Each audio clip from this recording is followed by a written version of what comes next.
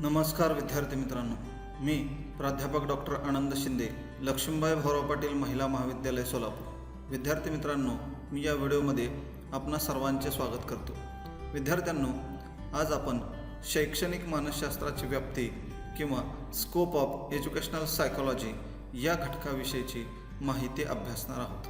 विद्यार्थ्यांनो, आतापर्यंत आपण मानसशास्त्र म्हणजे काय, मानसशास्त्राचा नेमका अर्थ काय आहे, मानसशास्त्राचं स्वरूप काय आहे, त्याचबरोबर मानसशास्त्राची व्याप्ती कशी आहे किंवा किती व्यापक प्रमाणामध्ये मानसशास्त्र हा विषय आहे, हे सर्व गोष्टी आपण अभ्यासलेल्या आहेत.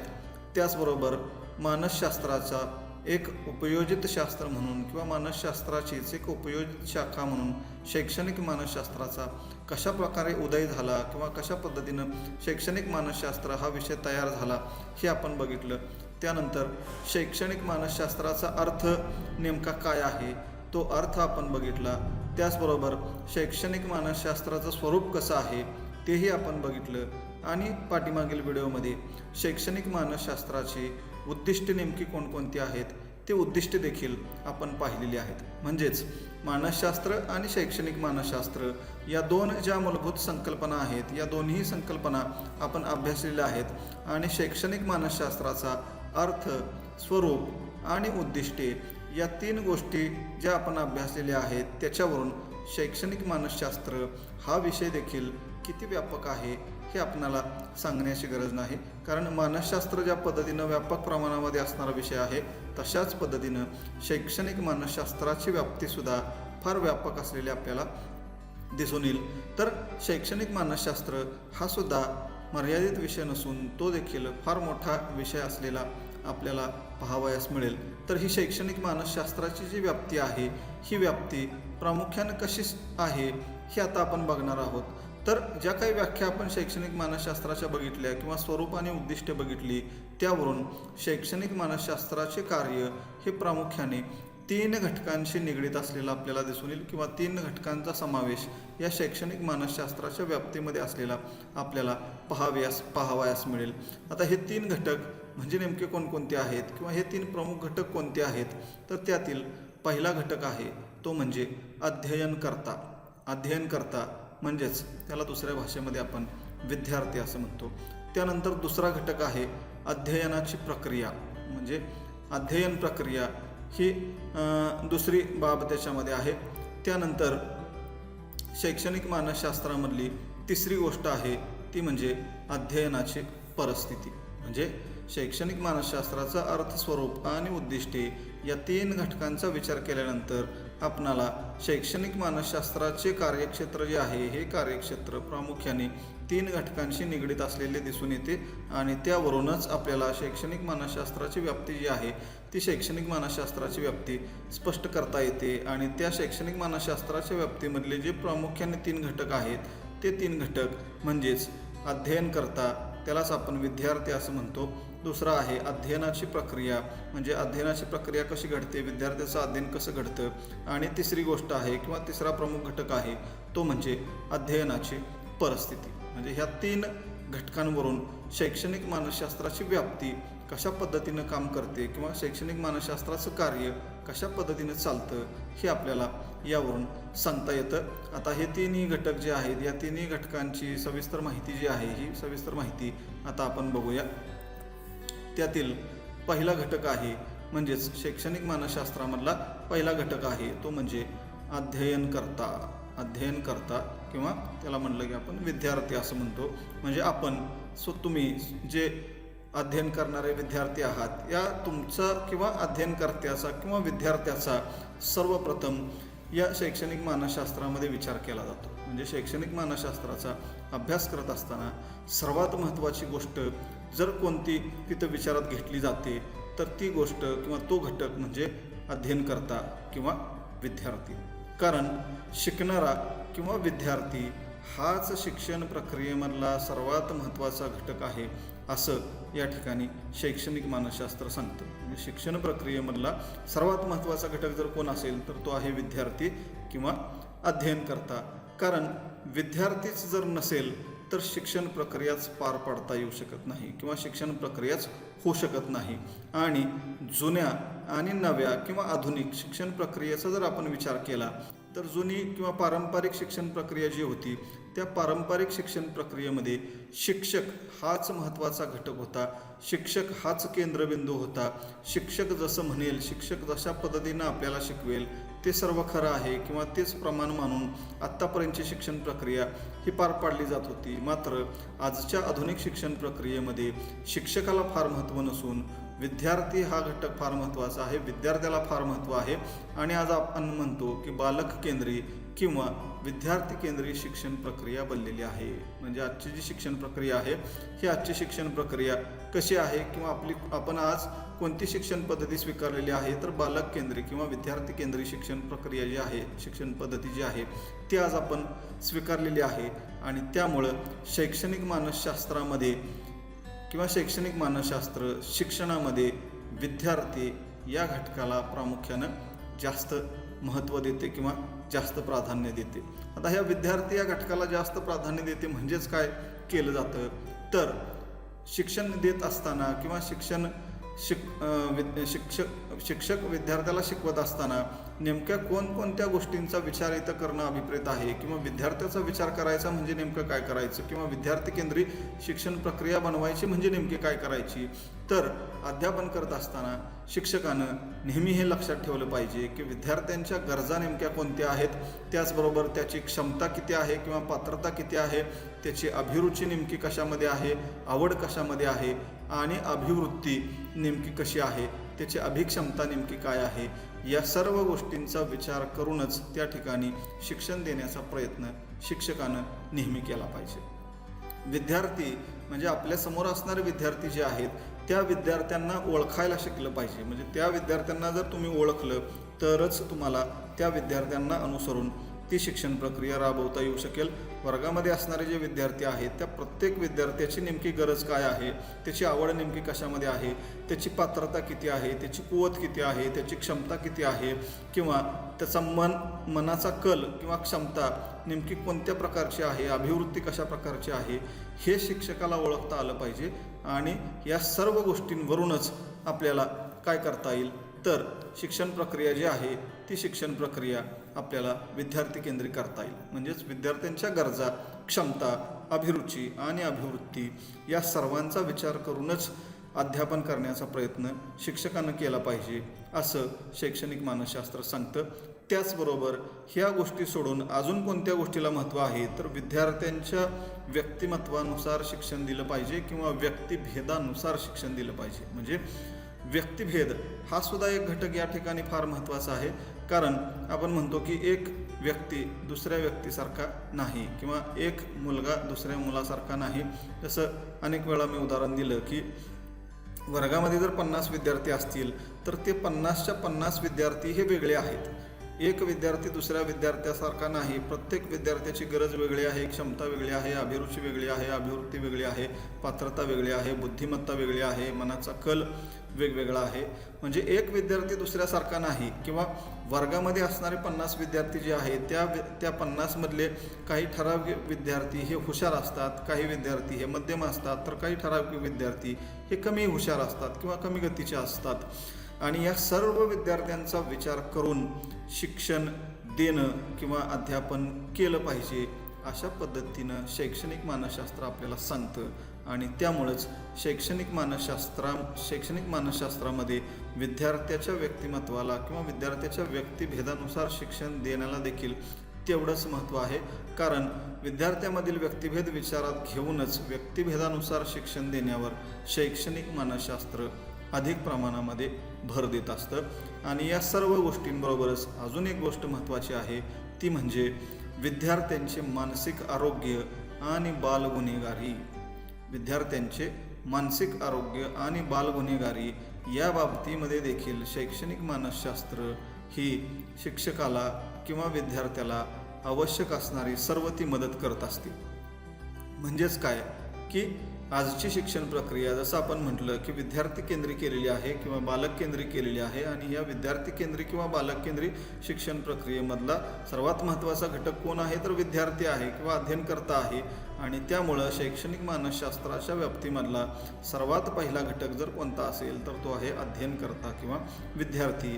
आणि या विद्यार्थ्याचा विचार करूनच किंवा त्याच्या व्यक्तिभेदाचा, त्याच्या गरजा, क्षमता, अभिवृत्ती, अभिरुची या सर्व गोष्टींचा विचार करूनच त्याला शिक्षण दिलं गेलं पाहिजे अशा पद्धतीनं शैक्षणिक मानसशास्त्र सांगतं. त्यामुळं शैक्षणिक मानसशास्त्रातील हा पहिला आणि सर्वात महत्त्वाचा घटक आहे.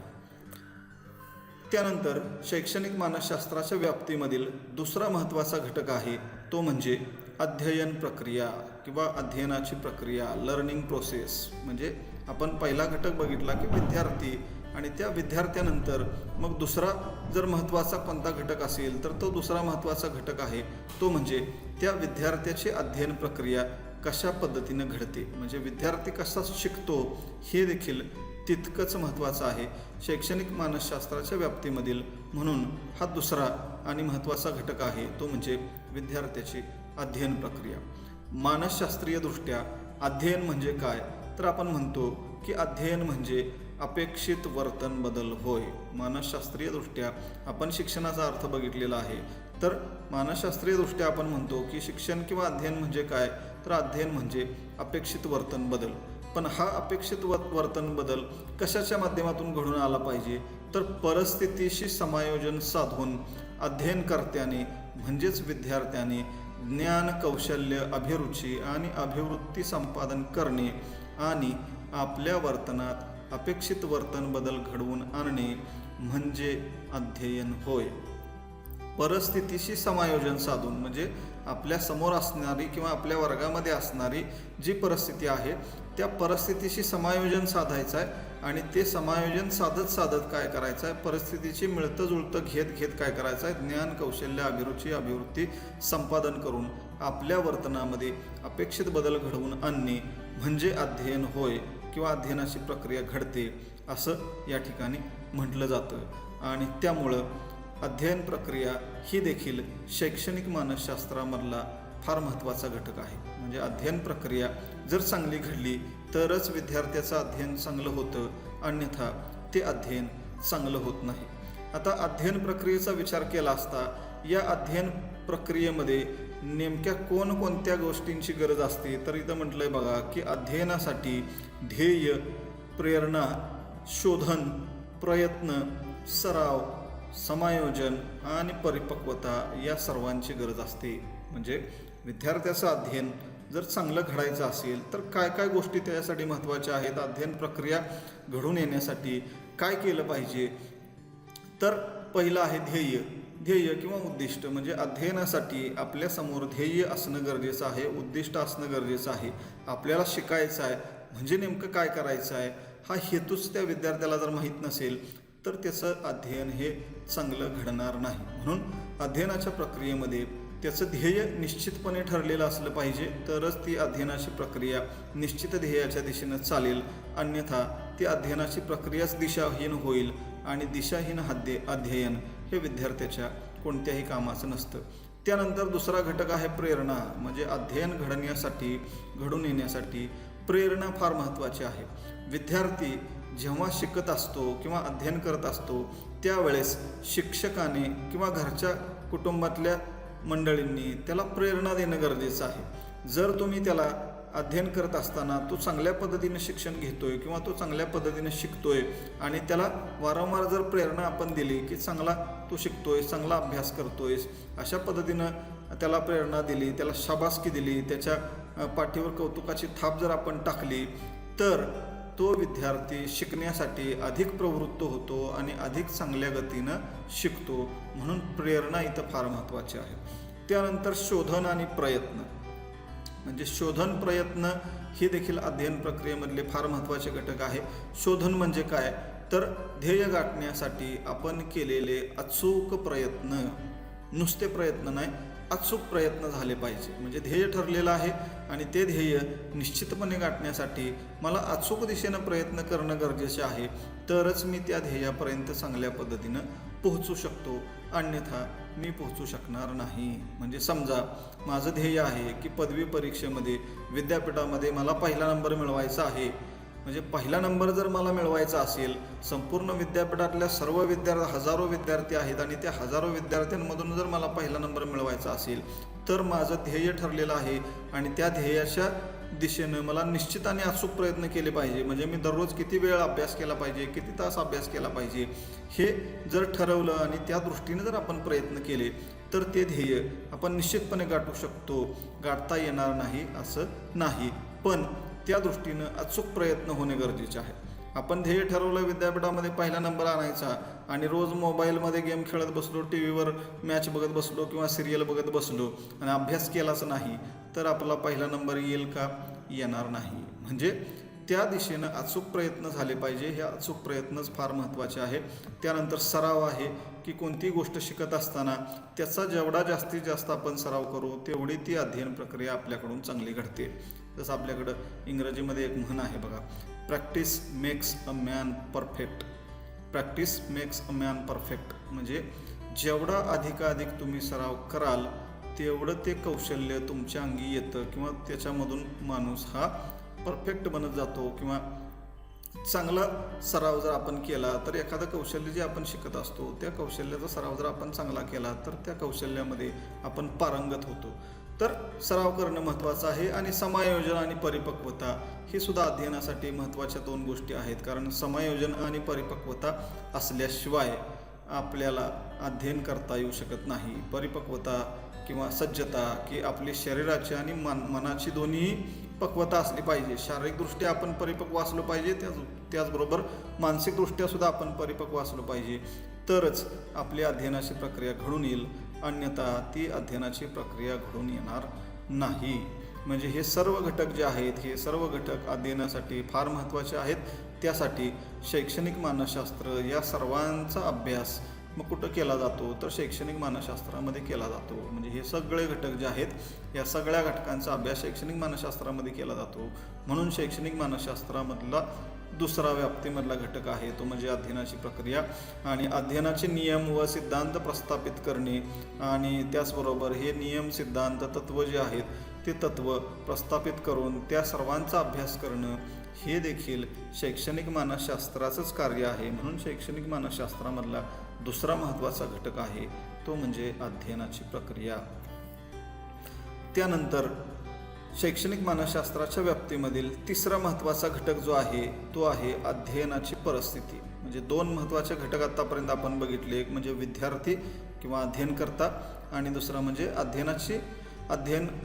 अध्ययनाची प्रक्रिया म्हणजे विद्यार्थ्याचं अध्ययन कसं घडतं, ती प्रक्रिया कशी घडते, ते दोन घटक आपण बघितले. तर या दोन घटकानंतर तिसरा महत्त्वाचा घटक आहे तो म्हणजे अध्ययनाची परिस्थिती.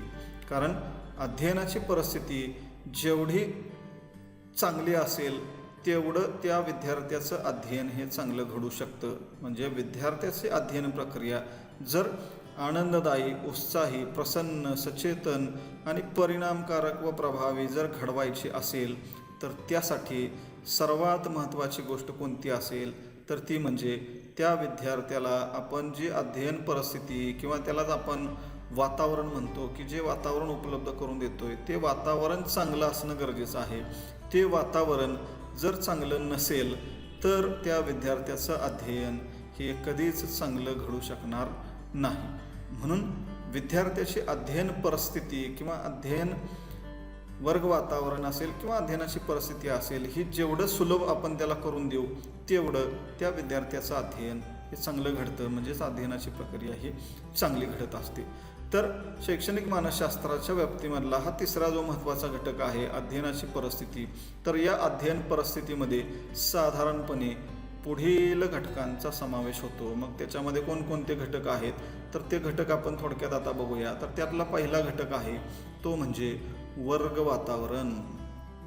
वर्ग वातावरण म्हणजे अध्ययन परिस्थिती किंवा अध्ययन प्रक्रिया जर चांगली घडायची असेल तर सगळ्यात पहिल्यांदा काय महत्त्वाचं असणं गरजेचं आहे तर त्या ज्या वर्गामध्ये आपण त्या विद्यार्थ्याला शिकवतोय किंवा ज्या वर्गामध्ये तो विद्यार्थी अध्ययन करतोय तिथलं वर्ग वातावरण हे अतिशय चांगलं असलं पाहिजे. वर्ग वातावरण म्हणजे अध्ययनासाठी सुयोग्य वर्ग वातावरणाची गरज असते, कारण अध्ययनाच्या प्रक्रियेवर परिणाम करणारा हा फार महत्त्वाचा घटक आहे. वर्ग वातावरण जर चांगलं नसेल तर त्या विद्यार्थ्याचंही अध्ययन चांगलं होऊ शकणार नाही आणि शिक्षकाचं पण अध्यापन चांगलं होऊ शकणार नाही. म्हणून वर्ग वातावरण तिथलं चांगलं असणं ही सर्वात महत्त्वाची गोष्ट आहे. त्यानंतर मग वर्ग वातावरण चांगलं ठेवायचं म्हणजे काय करायचं, तर वर्ग वातावरण चांगलं ठेवण्यासाठी त्या वर्गामध्ये स्वच्छता असणं गरजेचं आहे.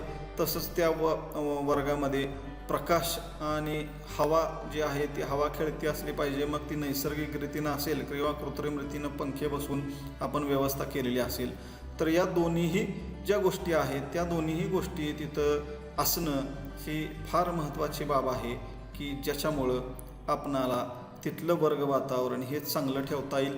त्याचबरोबर भिंतीवरील तक्ते, सजावट, सुभाषिते, म्हणी इत्यादींचा देखील विचार केला पाहिजे.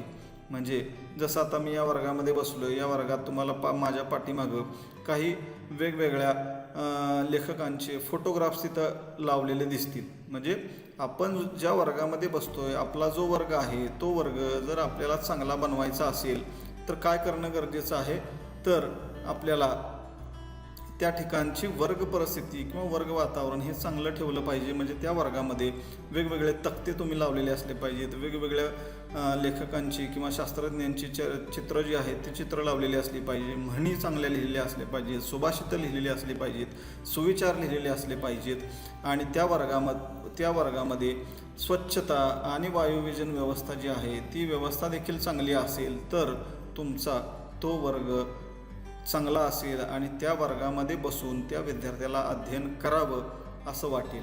म्हणून कोंदट वातावरण असेल, अस्वच्छ वातावरण असेल, अंधारी जागा असेल, दुर्गंधीयुक्त वातावरण जर वर्गामध्ये असेल तर त्या विद्यार्थ्याच्या अध्ययनावर किंवा शिक्षकाच्या अध्यापनावर त्याचा निश्चितच वाईट परिणाम होतो आणि त्यामुळं अशा प्रकारचं वर्ग वातावरण जर असलं तर त्या विद्यार्थ्याचं अध्ययन चांगलं घडणार नाही. म्हणून वर्गातील वातावरण असं असलं पाहिजे की जेणेकरून विद्यार्थी आणि शिक्षक दोघंही सदैव उत्साही, आनंदी आणि प्रसन्न राहतील. म्हणजे वर्गाचं वातावरण कसं असलं पाहिजे, तर विद्यार्थी आणि शिक्षक दोघंही उत्साही, आनंदी आणि प्रसन्न राहतील आणि विद्यार्थ्याच्या सृजनशीलतेला आणि कृतीप्रवणतेला चालना देणारं वर्ग वातावरण असलं पाहिजे. म्हणजे त्या वर्गामध्ये आल्यानंतर मी शिकलं पाहिजे, अध्ययन केलं पाहिजे, वेगवेगळ्या प्रकारच्या कृती केल्या पाहिजे, विचार केला पाहिजे, कल्पना केल्या पाहिजे असं त्या विद्यार्थ्याला वाटलं पाहिजे. अशा प्रकारचं वर्ग वातावरण असलं पाहिजे. तसं जर वर्ग वातावरण असेल तरच आपल्याला काय करता येईल की त्या विद्यार्थ्याचं अध्ययन जे आहे ते अध्ययन चांगलं घडेल. म्हणून शैक्षणिक मानसशास्त्र त्या दृष्टीनं या ठिकाणी मदत करते आणि वर्गातलं वातावरण कसं असावं किंवा वर्गातली अध्ययनाची परिस्थिती जर सुलभ बनवायची असेल तर काय केलं पाहिजे या संदर्भातली सर्व माहिती किंवा अभ्यास कुठं केला जातो, तर शैक्षणिक मानसशास्त्रामध्ये केला जातो. म्हणून शैक्षणिक मानसशास्त्रामधला हा देखील महत्त्वाचा घटक आहे. त्यानंतर पुढचा घटक आहे तो म्हणजे औपचारिक शिक्षण संस्था. औपचारिक शिक्षण संस्था. आता आपण पाठीमागच्या वर्षीपासून 2 शब्द अभ्यासतोय. एक म्हणजे औपचारिक आणि दुसरा म्हणजे अनौपचारिक. औपचारिक म्हणजे 4 भिंतीच्या आतमध्ये दिलं जाणारं शिक्षण आणि अनौपचारिक म्हणजे 4 भिंतीच्या बाहेर दिलं जाणारं शिक्षण किंवा कुटुंबामध्ये, समाजामध्ये दिलं जाणारं शिक्षण. तर औपचारिक शिक्षण संस्था कशी असली पाहिजे त्या दृष्टीनं देखील शैक्षणिक मानसशास्त्र आपल्याला इथं मदत करते. म्हणजे औपचारिक शिक्षण संस्था म्हणजेच शाळा आणि महाविद्यालय. त्या शाळा आणि महाविद्यालयामध्ये असणाऱ्या वेगवेगळ्या प्रकारच्या भौतिक सुविधा, वर्ग खोल्या, ग्रंथालय असेल, प्रयोगशाळा असेल, क्रीडांगण असेल, ह्या सर्व गोष्टी त्या विद्यार्थ्याच्या दृष्टीनं कशा सोयीस्कर असल्या पाहिजे त्या संदर्भातलं मार्गदर्शन करण्याचं काम कोण करतं, तर शैक्षणिक मानसशास्त्र करतं. म्हणून इथं दुसरा घटक सांगितलेला आहे की औपचारिक संस्था किंवा औपचारिक शिक्षण संस्था. तर या शिक्षणाच्या औपचारिक आणि अनौपचारिक शिक्षण संस्थांच्या बाबतीत शैक्षणिक मानसशास्त्र फार महत्त्वपूर्ण कामगिरी आहे. कारण अनौपचारिक शिक्षण जे आहे हे शिक्षण कुटुंबामध्ये आणि त्याचबरोबर समाजामध्ये घेतलं जातं. म्हणजेच बालकाच्या अध्ययनाचा पाया जो आहे किंवा समाजीकरणाचा पाया जो आहे तो पाया कुठं घातला जातो, तर आपण असं म्हणतो की तो कुटुंबामध्ये घातला जातो किंवा समाजामध्ये घातला जातो. आणि म्हणून अनौपचारिक शिक्षण संस्था देखील त्या बालकाच्या दृष्टीनं फार महत्त्वाची आहे. मात्र त्याचबरोबर औपचारिक शिक्षण संस्था जी आहे ती म्हणजे किंवा शाळा आणि महाविद्यालयसुद्धा शैक्षणिक मानसशास्त्राच्या दृष्टीनं फार महत्त्वाचं गोष्टी आहेत आणि त्या कशा असल्या पाहिजेत त्या संदर्भात देखील शैक्षणिक मानसशास्त्र मदत करतं. तर त्याच्यामध्ये मग शाळेची इमारत कशी असावी यापासून ते त्या शाळेचं वेळापत्रक कसं असलं पाहिजे किंवा मानसशास्त्रीयदृष्ट्या कसं असलं पाहिजे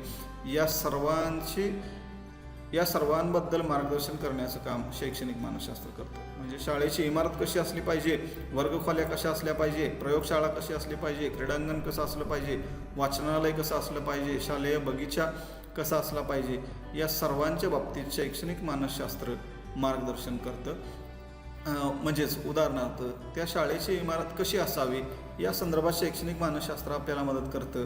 ते म्हणजे शाळेची इमारत ही तिचा आकार कसा असला पाहिजे, तर तो आकार साधारणपणे आपण म्हणतो की इंग्रजीमध्ये जे अल्फाबेट आहे त्या अल्फाबेटमध्ये ओ हा जो अल्फाबेट आहे किंवा ओ हे जे अक्षर आहे या ओ अक्षराप्रमाणे त्या शाळेची इमारत असली पाहिजे किंवा यू हे जे अक्षर आहे त्या यू अक्षराप्रमाणे शाळेची इमारत असली पाहिजे किंवा एच हे जे अल्फाबेट आहे एच या अक्षराप्रमाणे शाळेची इमारत असली पाहिजे किंवा ई अक्षर आहे या ई अक्षराप्रमाणे शाळेची इमारत असली पाहिजे.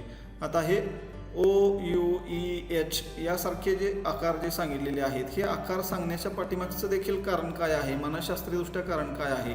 तर जसं आपण आत्ताच वर्ग वातावरणाच्या संदर्भात विचार केला तर HEOU हे जे आकार आहेत हे आकार त्या इमारतीमध्ये प्रकाश व्यवस्था आणि वायुविजन व्यवस्था म्हणजे हवा खेळण्यासाठी चांगले असतात. म्हणून अशा प्रकारचे शाळेची इमारत असली पाहिजे किंवा त्या अक्षराप्रमाणे शाळेची इमारत असली पाहिजे या संदर्भात शैक्षणिक मानसशास्त्र आपणाला मदत करते. आणि त्याचबरोबर वेळापत्रक देखील कसं असलं पाहिजे याच्या संदर्भात देखील शैक्षणिक मानसशास्त्र विचार करतं. कारण वर्गामध्ये आल्यानंतर त्या विद्यार्थ्याचा पहिला तास कुठला असला पाहिजे, दुसरा कुठला असला पाहिजे, इथंपासून ते शेवटच्या तासापर्यंत त्या विद्यार्थ्याचं मानसशास्त्र कसं बदलत जातं किंवा सुट्टीनुसार देखील त्या विद्यार्थ्याचं मानसशास्त्र कसं बदलत जातं या संदर्भात देखील शैक्षणिक मानसशास्त्र आपल्याला मार्गदर्शन करतं. म्हणजे शनिवारचा अर्धा दिवस सुट्टी आहे, रविवारची पूर्ण दिवस सुट्टी आहे आणि 1.5 दिवस सुट्टी घेतल्यानंतर तो विद्यार्थी जेव्हा सोमवारी आपल्याकडे शाळेत येणार आहे त्यावेळेस 1.5 दिवसाच्या सुट्टीनंतर तो पहिल्या तासाला आल्यावर त्याची मानसिक स्थिती लगेच अभ्यासाकडे वळणार नाही किंवा त्याचं लगेच लक्ष अभ्यासाकडे जाणार नाही. अशा वेळेस मग शैक्षणिक मानसशास्त्र हे सांगतं की मग सोमवारी आल्यानंतर लगेच पहिला तास तुम्ही गणित किंवा इंग्रजी यासारख्या अवघड विषयांचा ठेवू नका. कारण अवघड विषय हे जर तुम्ही लगेच ठेवले तर त्या विद्यार्थ्याला समजण्यासाठी अवघड जातील. म्हणून पहिला तास हा मराठीसारखा विषय असेल किंवा अजून जे कुठले सोपे विषय असतील, सोशल सायन्स असेल त्यासारखे विषय अगोदर ठेवावेत आणि मग दुसरा तिसरा तास तुम्ही इंग्रजी गणितसारखे ठेवावेत की जेणेकरून पहिल्या तासाचा प्रभाव त्या विद्यार्थ्यांच्या मनावर पडेल आणि मग विद्यार्थ्यांचं मन हळूहळू अभ्यासाकडं आकर्षित होईल. त्याचबरोबर शेवटचा जो तास असतो तो शेवटचा तास साधारणपणे खेळाचा असतो किंवा चित्रकलेचा असतो किंवा कार्यानुभवासारख्या विषयांचा ठेवला जातो. याच्याही पाठीमागं मानसशास्त्र आहे. कारण शेवटचा तास किंवा 8वा 9वा तास चालू झाला की विद्यार्थ्याला घराकडे जाण्याची ओढ लागलेली असते. म्हणजे त्याचं मन हे शाळेमध्ये आता रमत नाही, त्याचं संपूर्ण लक्ष कुठं असतं तर शाळेच्या बेलकडं असतं की केव्हा एकदा बेल वाजते, शाळा सुटते आणि मी केव्हा एकदा या वर्गाच्या बाहेर पडतोय. आणि मग अशा प्रकारच्या मानसिक परिस्थितीमध्ये परत तुम्ही जर तिथं अवघड विषय ठेवले तर त्या अवघड विषयांचा अभ्यास त्या तासाला तो मुलगा चांगल्या पद्धतीनं करू शकणार नाही. म्हणून शैक्षणिक मानसशास्त्र इथं सुद्धा सांगतं की शेवटचे तास जे आहेत ते साधारणपणे चित्रकला, खेळ, कार्यानुभव यासारख्या विषयांशी ठेवावेत की जेणेकरून तो विद्यार्थी त्या खेळामध्ये रमेल किंवा त्या कृतींमध्ये रमेल आणि कृतीच्या माध्यमातून अध्ययन करण्याचा प्रयत्न करेल. म्हणजे औपचारिक शिक्षण संस्था कशी असली पाहिजे, इमारत कशी असली पाहिजे, वर्गखोल्या कशा असल्या पाहिजे, इथंपासून ते त्या शाळेचं वेळापत्रक कसं असलं पाहिजे इथंपर्यंत संपूर्ण मार्गदर्शन करण्याचं काम कोण करतं तर शैक्षणिक मानसशास्त्र आपल्याला इथं करतं. तर अशा पद्धतीनं विद्यार्थी मित्रांनो, आजच्या या व्हिडिओमध्ये आपण शैक्षणिक मानसशास्त्राची जी व्याप्ती आहे त्या शैक्षणिक मानसशास्त्राच्या व्याप्तीमधील 4 महत्त्वाचे घटक बघितले. एक म्हणजे अध्ययनकर्ता, दुसरा म्हणजे अध्ययन प्रक्रिया आणि तिसरा जो महत्त्वाचा घटक आहे अध्ययनाची परिस्थिती. या अध्ययनाच्या परिस्थितीमधले फक्त 2च घटकांचा आपण आज विचार केलेला आहे, ते म्हणजे वर्ग वातावरण आणि औपचारिक शिक्षण संस्था. तर राहिलेले हे जे घटक आहेत आणि याच्या पुढचे परत राहिलेले बाकीचे जे हे घटक आहेत, या सर्व घटकांचा अभ्यास आपण पुढच्या तासाला करणार आहोत. धन्यवाद.